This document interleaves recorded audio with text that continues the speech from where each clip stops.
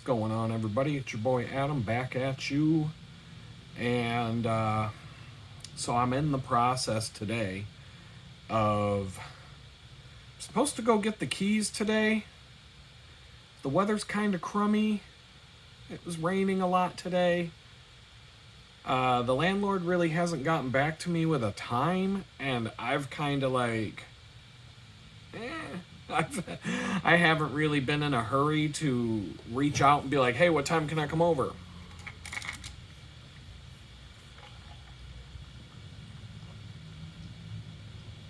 I'm trying to get rehydrated here. Definitely a little dehydrated over the last couple of days. The guy, so I'm thinking maybe I'll just try to do it tomorrow, whenever. I'm uploading videos to the YouTube platform that I've recorded over the, as many of you know and like to get angry about. And, you've definitely let me know that you're not happy with the fact that I have been staggering my video updates to be in a time delay from when I record them. I've basically been recording about 2 videos a day, and I've been uploading 1 video a day and scheduling them just one day after the next. And it created a buffer zone between when I'm talking about these things and when they go live.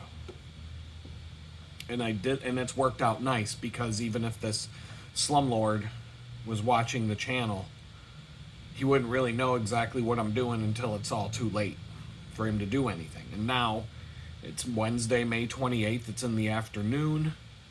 Right now, I have it set up so that for the next 1, 2, 3,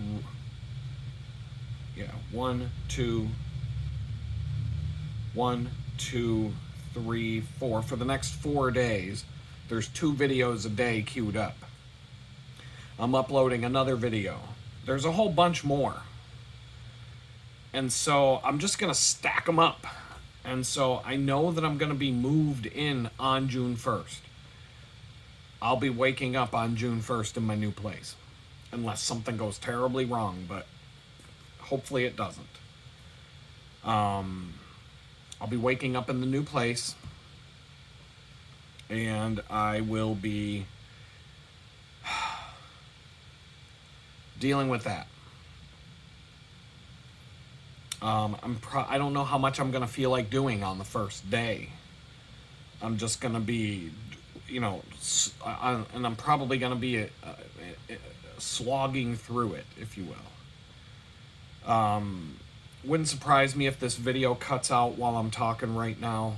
The phone has definitely got a few days worth of videos stored on it. But the slowest part of what I'm doing right now is pushing the videos up to YouTube. And there's multiple reasons why that's slow. The number one reason is T-Mobile sucks.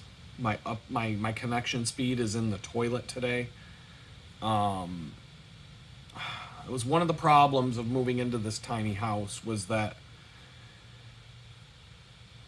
the landlord was really, he wasn't outright against me calling up Comcast or AT&T or one of these internet providers and having a line run into the place. But he really was like, oh, just get T-Mobile. It's wireless. You won't have to run any wires or anything. I use it in the house. It works great. We never have any problems with it. Bullshit. It's nothing but problems with this T-Mobile. I do have some hope that when I move to this new place, maybe this T-Mobile internet will work better. Maybe the fact that I'm right next to a major interstate highway. I mean, you can see it. If you go to the end of the driveway, you can turn left and look, and you can see the highway right. It's far enough away that you don't hear the constant traffic. You hear the traffic on this road, but you don't hear the traffic from the interstate when you're indoors. But outside, yes, you can hear it. Maybe the fact that so many cars are zipping by on the interstate with T-Mobile, that their tower is going, maybe their tower just has all kinds of issues. I don't know. I really don't know. All I know is that the service has been terrible. Terrible. I've had it for 4 months now. February, March, April, May. And I just hate it. But I'm going to move in a few days. Taking the router with me. Plug it in. Get it up and running. See if it works. And even if it works, I'm calling AT&T. I'm going to try and get a fiber optic line run because that's the best internet connection. I know AT&T is available there. I know that Comcast is available. If the fiber optic from AT&T is not available and I'm just reading something wrong, then I'll just get Comcast. And I think there's a cable already run. There's already something there. But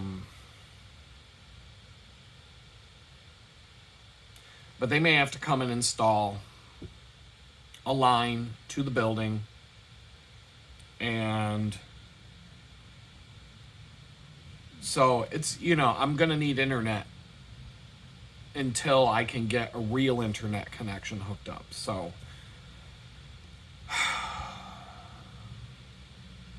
fiber is better because the upload speed you get is the same as your download speed.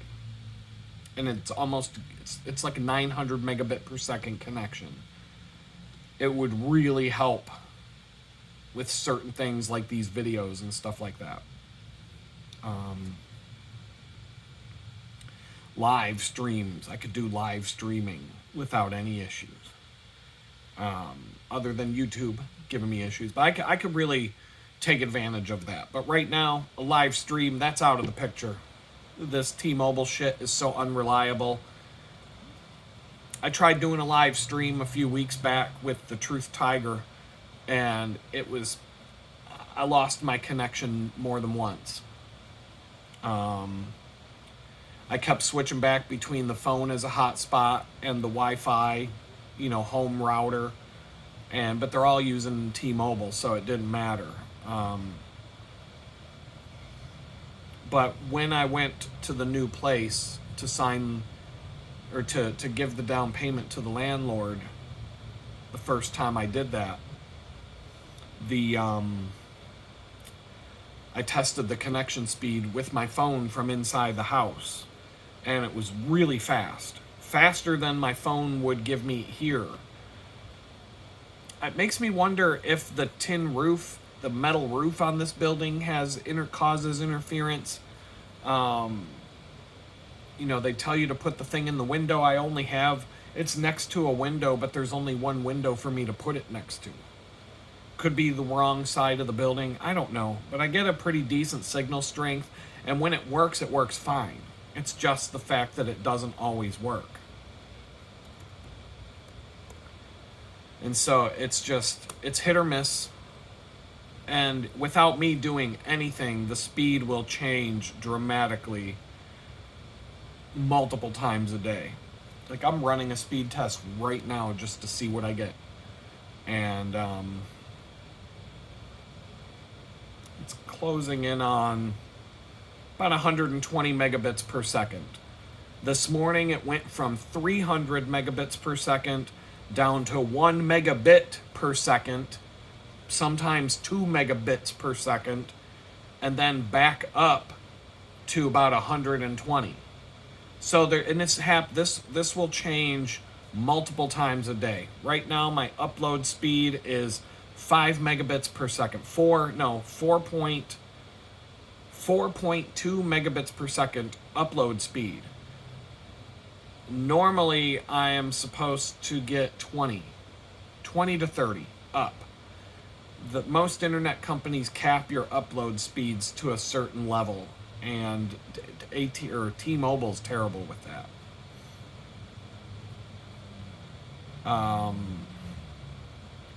So it's just bad. Um,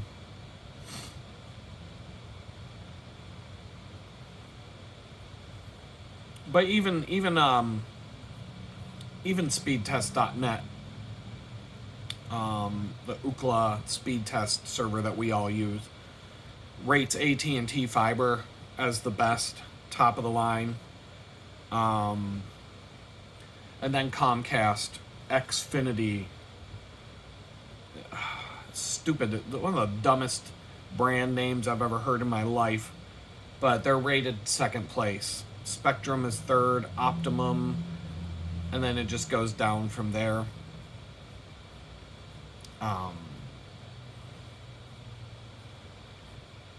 So, oh, excuse me, I'm so tired. But anyway, that's why. So these videos, I mean, I'm going to do other things while these files are uploading. But I've basically got one batch of videos to transfer from the phone to my computer. And, like, before I know it, the next batch of videos I'm uploading to YouTube, there are 1, 2, 3, 4, 5, 6, 7, 8 videos that I'm gonna drag and drop 8 videos into a box on YouTube and say upload these. And that's probably all I'm gonna do for that's it. It will probably be sometime at it'll be like 2 in the morning, 4 in the morning when they're done uploading. I don't even know. They may not even upload tonight. At 4 megabits per second, it's never gonna. That's gonna take a long time. There's really nothing else I can do in terms of finding more bandwidth to push videos up. But what I'm trying to do is stack all the videos up so that you're all caught up by June 1st. I really don't have anything to do between now and then except move. So today, tomorrow, Friday, move. I gotta pack my stuff and just babysit these videos uploading.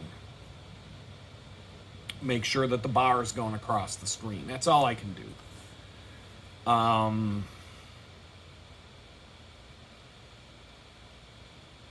don't know how I'm going to handle the switchover once I move, because I'm looking at logistically, it just doesn't seem possible for me to get all the videos that remain that I recorded during this last month of this shit show up on the channel before I move.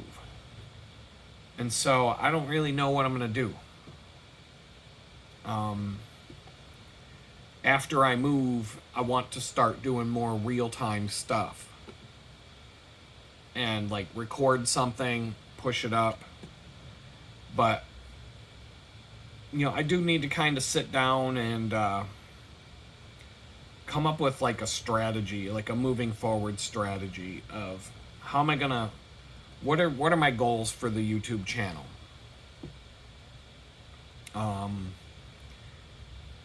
How do I want to break down the different, because I've talked about this in the last few videos of updates, I'm going to call them the Chaos to Comeback playlist, and that'll mostly be updates about whatever's going on with me in my process of going from a life of chaos to coming back from the chaos. I want to do some product reviews.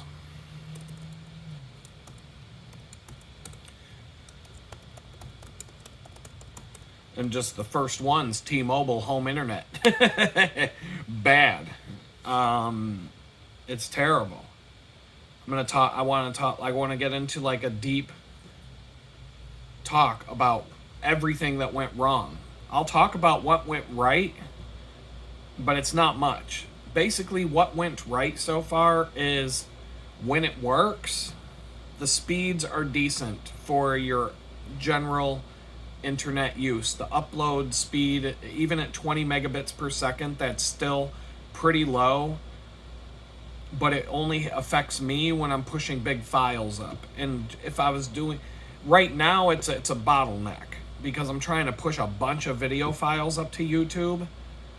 And I'm going to try one thing before I do the next batch to YouTube. But I'm pretty convinced that nothing I do is going to change the speed at which they go up. I'm limited by T-Mobile, period. I want to do just topical videos where I just pick a topic and I talk about that topic, and I don't go on 20 different tangents, and it could be whatever topic of the day. Those can be those will probably have a lot of variety.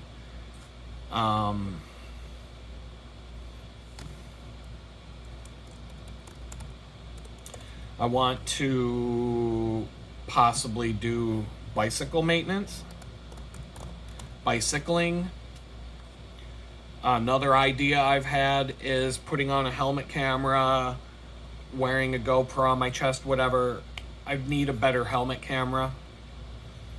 But because I talk about it, how hostile the drivers and stuff are here in Houston. Now watch, I'll put a camera on my head and everybody will be super polite. Which would be fine. I would not complain about that.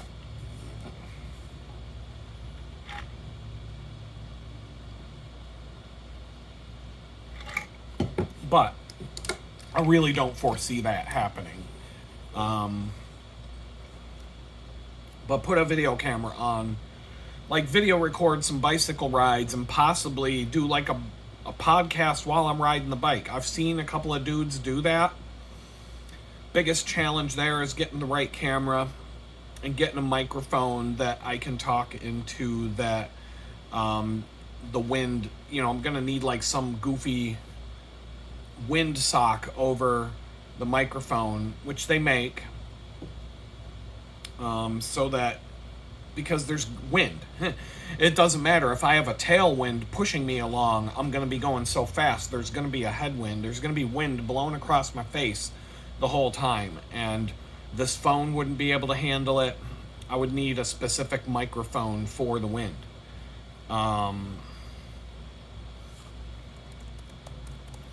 But I want to do like product reviews, like I said, but like actual physical products.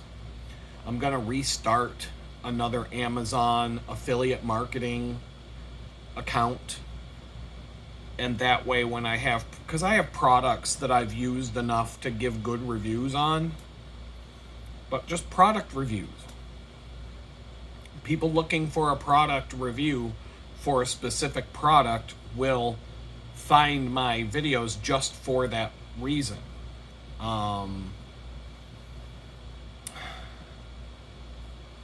Aside from the bicycling, I still want to do photo editing, and I may need to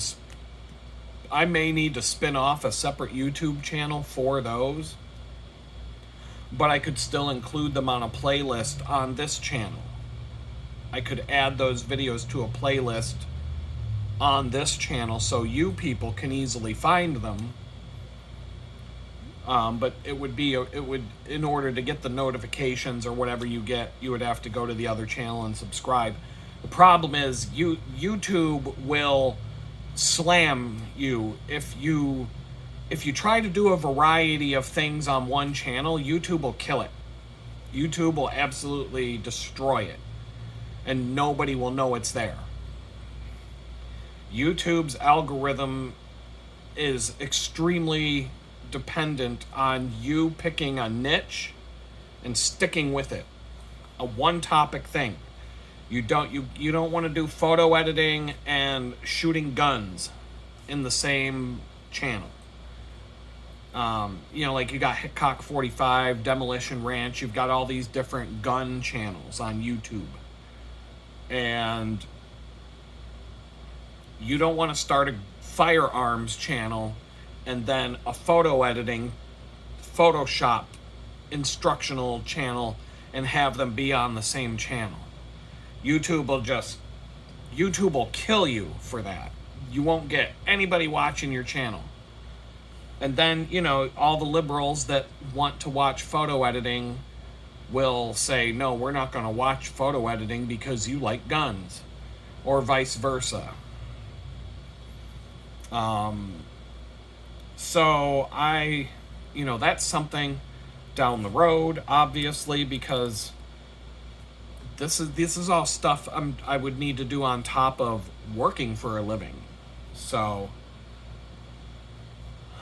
but these, I'm trying to think of, you know, I'm trying to look ahead instead of living in this, now that this story of my life of living in this fucking dump is wrapping up. I'm trying to just focus forward and say, you know, here are all the things I want to do. There are definitely some other things. You know, I think that the Chaos to Comeback videos, product reviews, bicycling could be its own channel. But if it relates to the Chaos to Comeback, that, you know, I'm riding my bicycle because it's my transportation, it's my lifeline, I think that goes with the topic of this channel. The photo editing is the real outlier that would need to be its own thing.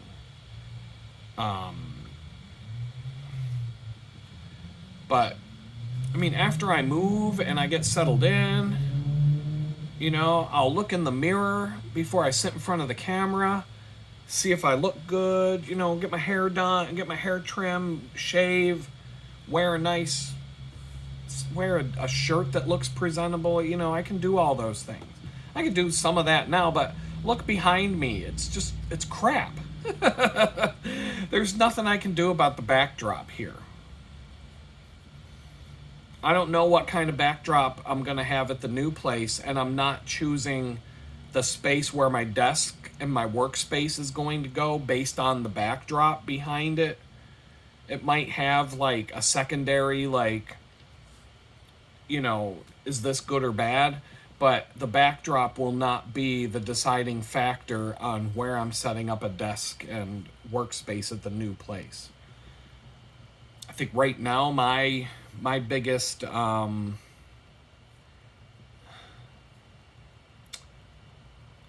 what's the word? My biggest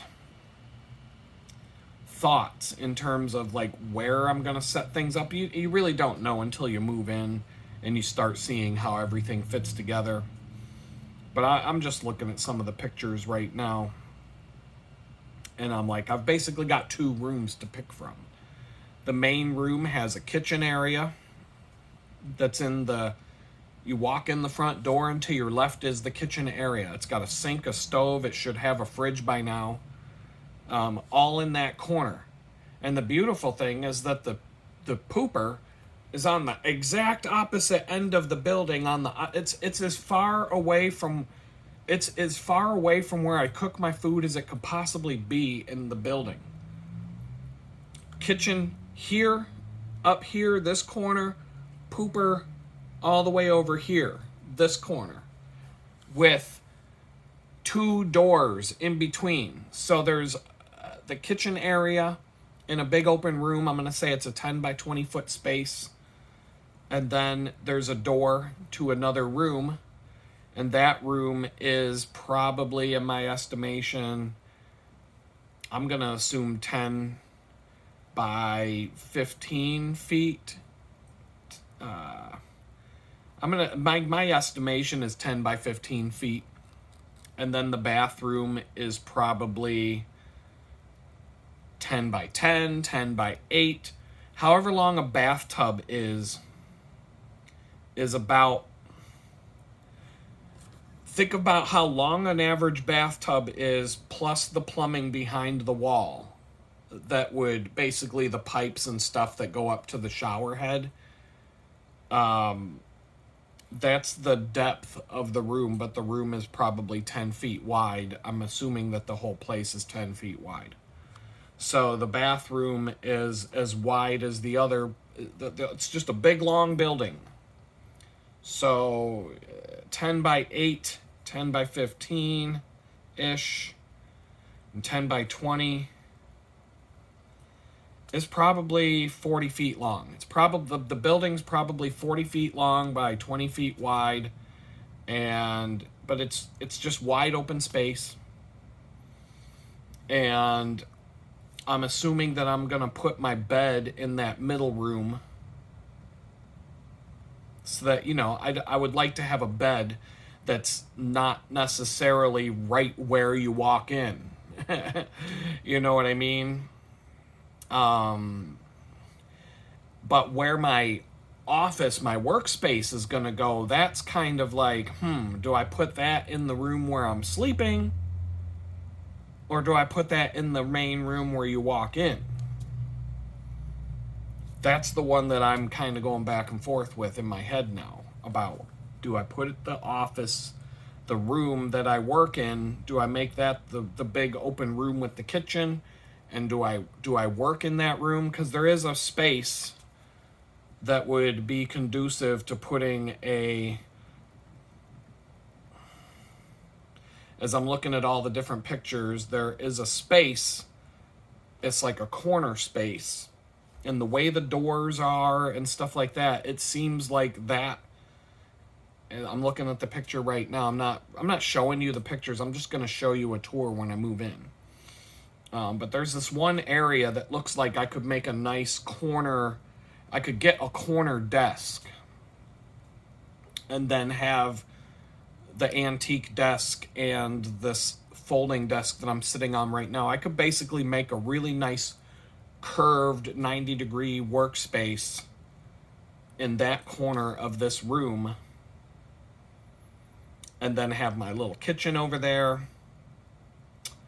And then maybe the bedroom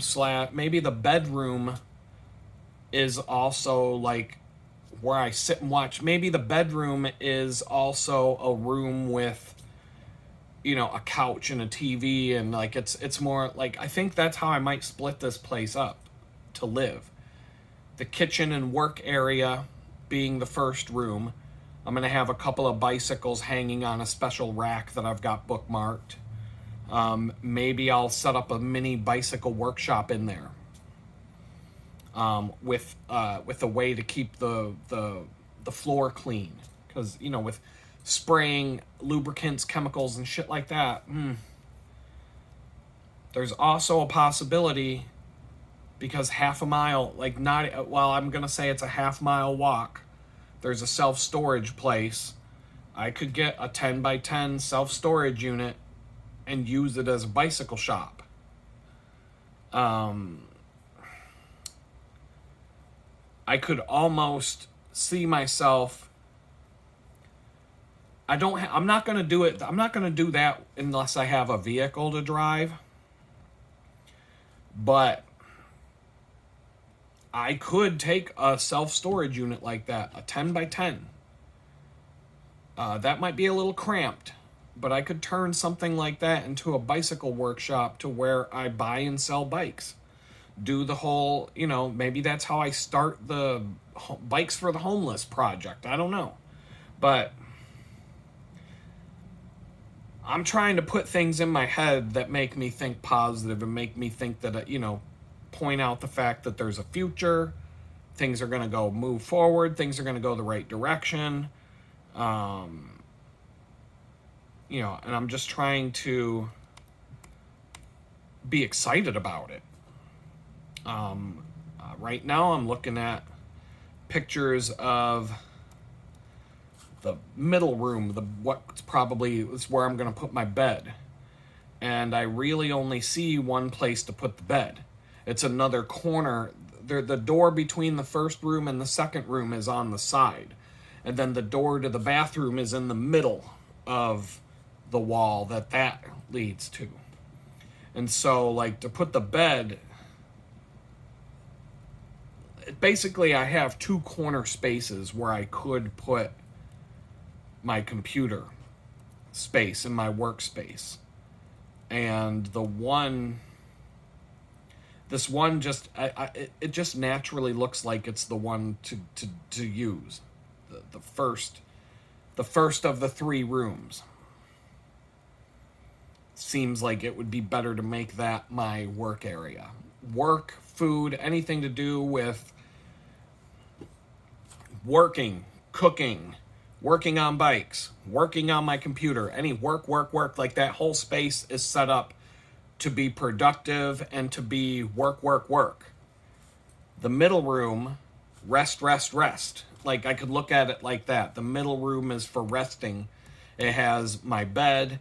I could see myself fitting a bed there, a TV area, a couch, a small couch, coffee table, and just kind of, I don't know. I mean, you don't know until you get in. And you just start kind of, you take what you have, you make it work, you fit it, you put it all together the best you think you can, and then start thinking, okay, what can I do from here? And, budget's going to come into play, obviously. And I've got to be real careful with that. I'll put this out there. Somebody in the comments has twice offered me a car. A Honda Accord from the mid-90s, stick shift. And I've replied both times to the guy in the comments. The first comment the guy left, he said, if you're watching, guy, I don't remember your screen name, but I've responded to your comments both times you've left them. But I don't know if you might not get a notification from YouTube that I've responded to you. But I left you my email address in both of those comments. You told me in one of the comments to go to your YouTube channel and find your contact info. There's nothing there. If I go to your YouTube channel, there's nothing there. There's no way to contact you in your YouTube, in your YouTube channel description area. So, I don't have a way to contact you directly. But you can contact me 50 different ways from Sunday in my channel. First of all, my email address is adam@litgood.com. That's the easiest way to reach me.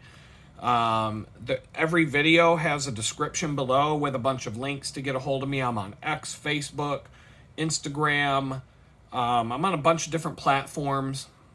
And I'm going to, I don't check some of those platforms often. I'm on X every day I'm always checking out memes and looking at X multiple times a day. I use Grok for a lot of things I'm working on right now. I think they're the best AI tool. I'm using it as a tool for certain things. We all have our opinions about AI, whether it's good or bad, demonic, or if it's a computer or if it's a demon or both, or whatever. I'm using the tools that are available, come what may. And it's just, I'm looking at all of this stuff, but I'm on all these different platforms. If you go to the channel description on my channel, my email address should be there. Bunch of different contact methods should all be there. So reach out if you want to talk about that some more. I don't know how to get a hold of you. I think I Googled your screen name to see if anything came up, to see if you had another platform or something like that. I can't get a hold of you. So, unless you see that I responded to your comments that you left on the channel, I don't have a way of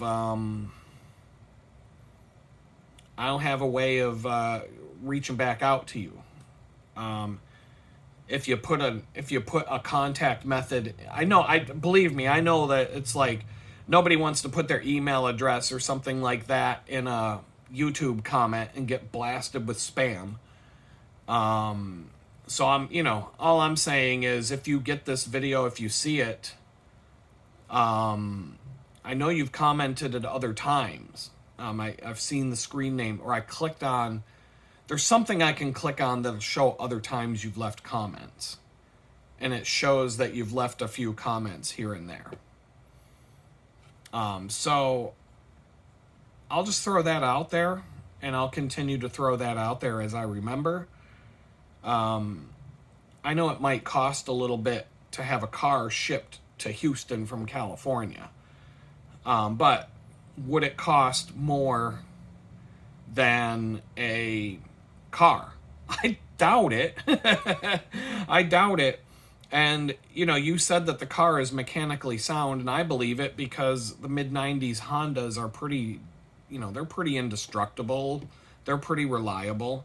The mid-90s Hondas and Toyotas, I mean, pretty much anything made in Japan. Well, I don't know about Nissan so much, but the Hondas and the Toyotas from the mid-90s are pretty, I see them all the time, still. So, and I know back then everybody had them. So, I'm interested in that for sure. And you said there's cosmetic issues with the paint and whatnot. I don't care about that. I'm looking at I'm looking at it like it'll get me a vehicle that I can get around in. We'll just go from there. So yeah, reach out. Feel free. Adam@litgood.com is the email address. And that's a forwarding address. Basically, it takes... It's an email address that I can shut off if I were to get spam, which I don't. But if that ever turned into a problem where I'm getting bombarded with spam because I made that public, I could just turn it off, but I don't have to shut off the email account that it goes to. So if you email me at that address, I get the email, but when I reply to you, it would be coming from a different email address. So be aware of that. And I'm not going to put that email address out in the public because I never get any spam on that account. That's my spam-free account. And I want to keep it that way. And so I don't put it out. There's no public listing of that email address anywhere. And I never get spam. I mean, I get the occasional newsletter or something that if I signed up for something with that email address, which I typically don't anymore, every now and then I do get some spam, but I unsubscribe, and I keep that email account really, really clean. So if you email me there, I'm going to see it. Email's the easiest way to get a hold of me by far. It's the one that I will see. So yeah, just keep that in mind. I tried to reach, when I have a minute, I'll probably see if I can reach out to you again, if there's something I can do that I didn't see before or whatever. But all I know from experience that I'm having so far is that I don't see a way to reach out to you through your YouTube handle at all. So I haven't been able to reach out to you, but I have responded to the comments that you've left about it. But I get the impression that you're not seeing that I responded to your comments. So I'll just put that out there. I don't know what else I had to talk about other than I am going to upload all the videos that I shot this month. The ones that you're watching today, it's the 28th. I can't remember when those were filmed, but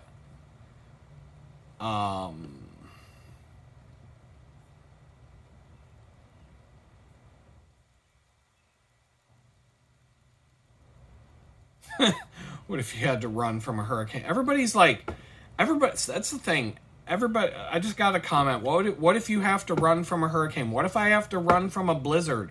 What if I had to run from a snowstorm? What if I had to live through an ice storm? What if I had to be in an earthquake? What if there was a tornado? I mean, I don't know. Every place you live has something. What if there's a flood? Find high ground, I guess. I don't know. There's always something. I don't live my life in fear of nature.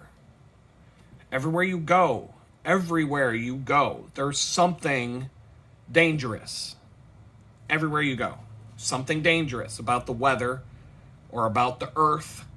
Oh, what if you live next to a volcano? Oh my God, there's a volcano. Or like, what about like tidal waves? Or like, what about, look at the tidal wave that destroyed in India and Indonesia and all those places, you know? Like, what are you gonna, oh, like, what if you're at the beach and there's a tidal wave? What if there's a hurricane? Yeah, hurricanes are dangerous too. I don't know. Like, I don't live in fear. Oh, I don't even know what's some new noise coming through the tiny house.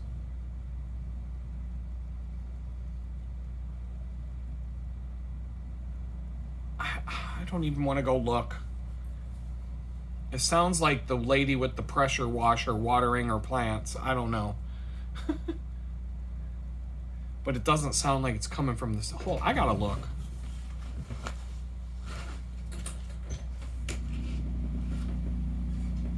Okay.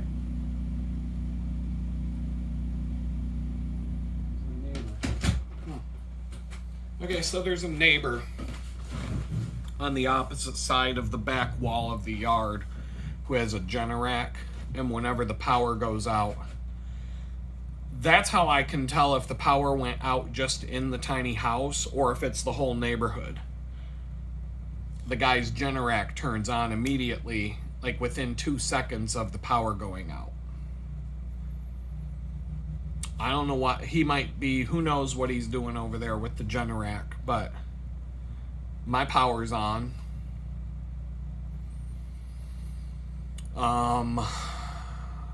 But we had a storm the other night, and it rained hard. I guess there was some wind because the next day there was debris all over the bike trail, all over the roads. I couldn't ride on most of the shoulders were covered in stuff. Especially through the woodlands, the shoulders on all the roads were completely covered in debris. So I stayed off. I couldn't ride on the shoulders. But there wasn't a lot of traffic either. So I don't know. Those are probably, most of that's probably cleaned up by now. But yeah, I mean, we have, okay, yeah, there's hurricanes here. There's hot. It gets hot. Yeah, it gets hot in the south. That's what happens. I've lived through ice storms. I've lived, when I was growing up, I was in high school, we had an ice storm. For those of you who don't know, an ice storm is when it's raining, but it's freezing cold. And what happens is when every drop of water hits something, it immediately freezes and turns to ice. So power lines that are like this big around will have that much ice around them. So the power lines, water hitting the power lines freezes instantly, and before you know it, there's a tube of ice this thick around all the power lines, and then they snap. It by the thousands.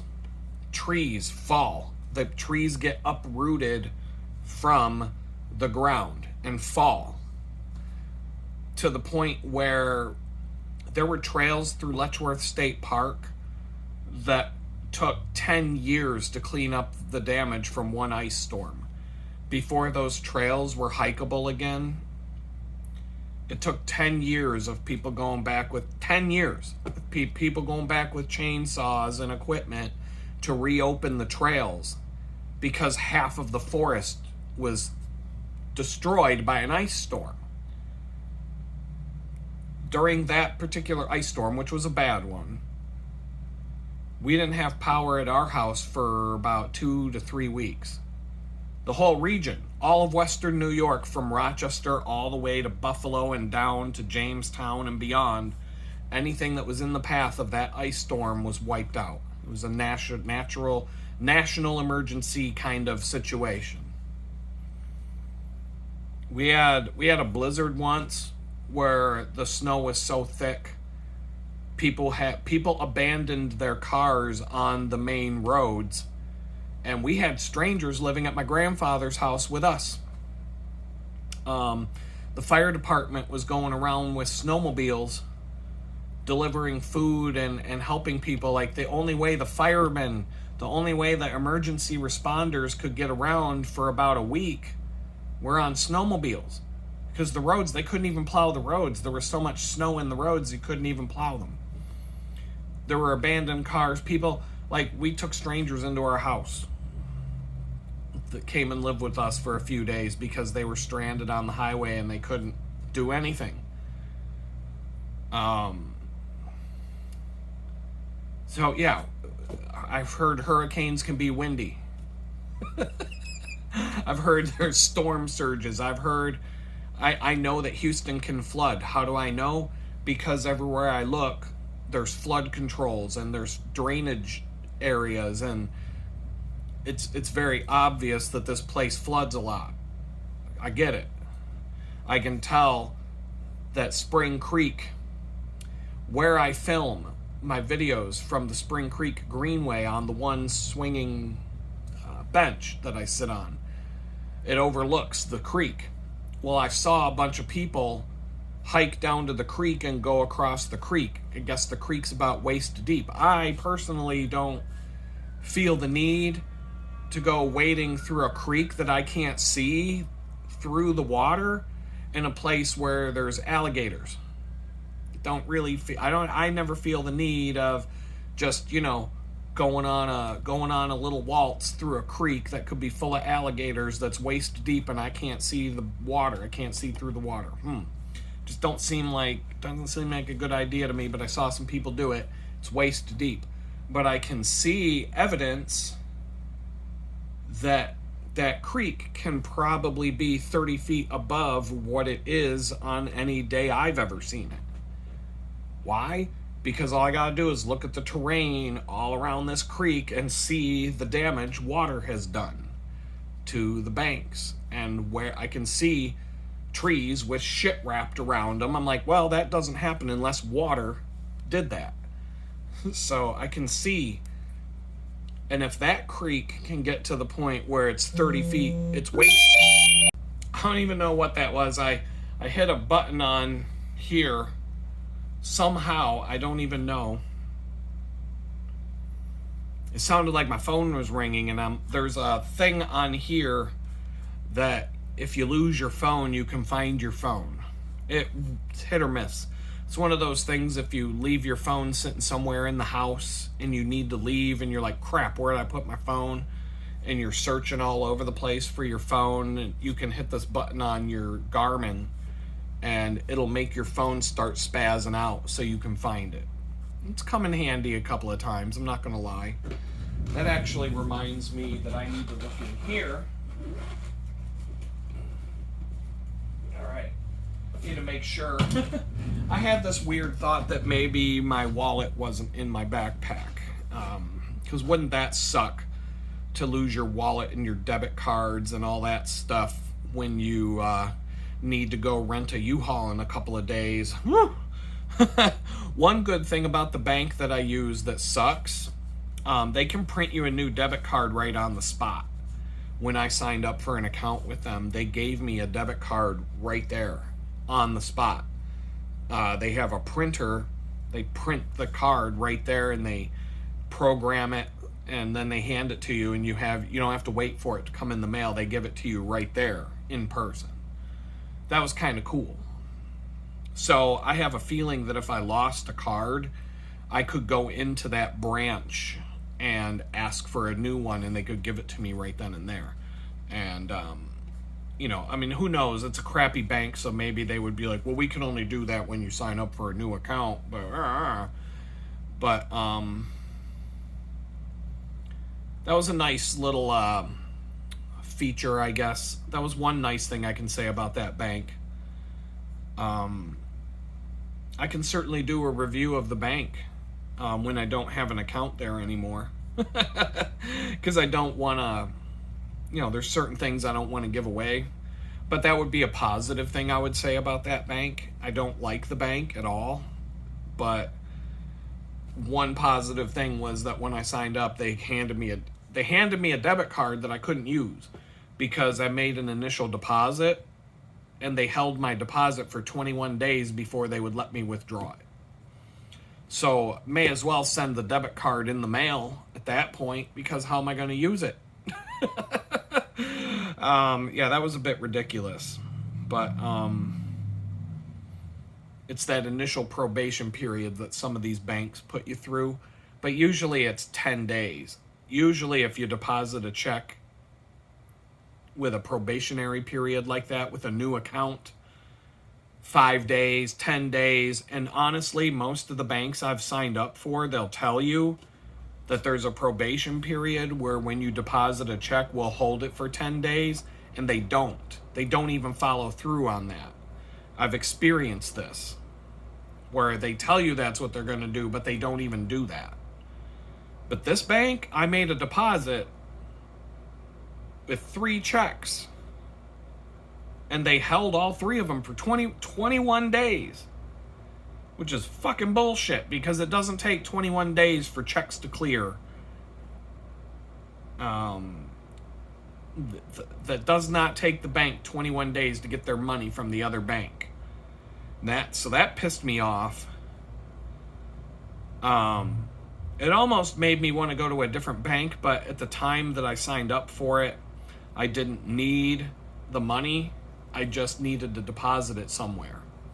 And I needed a bank account in Houston because my bank account was in New York I wanted to get rid of that account and open an account down here. So, I don't know, but I'm excited. I'm definitely, I'm ready to be done with this place. I'm hoping that things, I can't wait to be out of here. Cannot wait.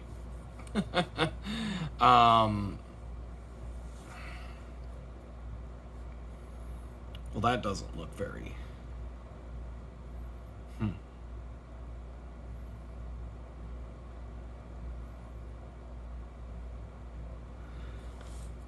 All right, so yeah, I'm just looking at pictures of the new place and noticing different things.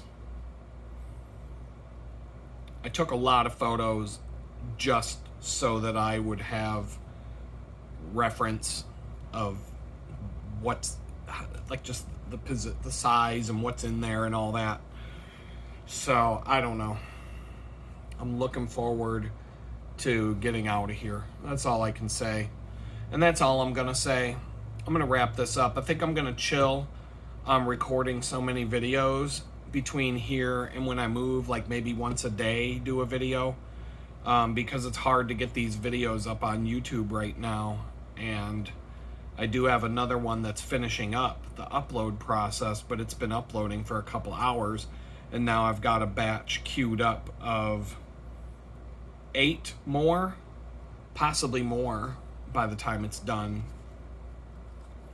But I have 8 more that I can kick off the upload process for.